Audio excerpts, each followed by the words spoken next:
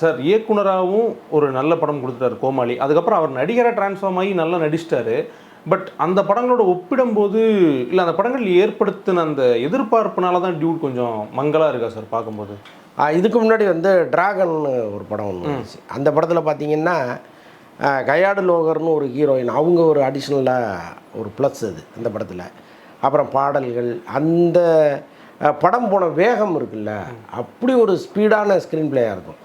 இது வந்து அங்கங்கே முட்டுக்கட்டை போட்டு விடுது. அதே மாதிரி ஹீரோயின் லெவலில் நீங்கள் பார்த்தீங்கன்னா மமிதா பைஜு பெரிய ஹீரோயின் தான், பட் அந்த அளவுக்கு இந்த படத்தில் அட்ராக்டிவாக இருக்காங்களா அப்படின்னா இல்லை.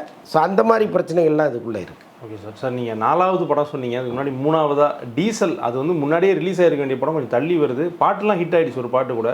அதோடைய நிலவரம் எப்படி சார் இருக்குது? பெருசாக பேசக்கூட மாட்டுறாங்க. ஆமாங்க, அது என்னென்னா இப்போ பார்க்கிங், லப்பர் பந்துன்னு 2 பெரிய வெற்றி படங்களை கொடுத்துட்டு இந்த படம் வருது. ஆக்சுவலாக இது அதுக்கெல்லாம் முன்னாடி எடுக்கப்பட்ட படம்.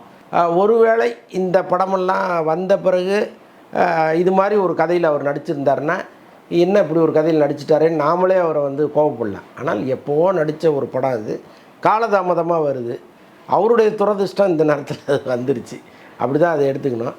பட் அவ்வளவு சிறப்பான படமாக அது இல்லை. கண்டென்ட் வந்து படமாகவே கண்டென்ட்டு சூப்பரான கண்டென்ட்டு. அது சொன்ன விதத்தில் சுவாரஸ்யம் இல்லாமல் போச்சு. ரொம்ப பழைய நடி படத்தில் அதுவும் ஒரு காரணமாக இருக்கலாம்.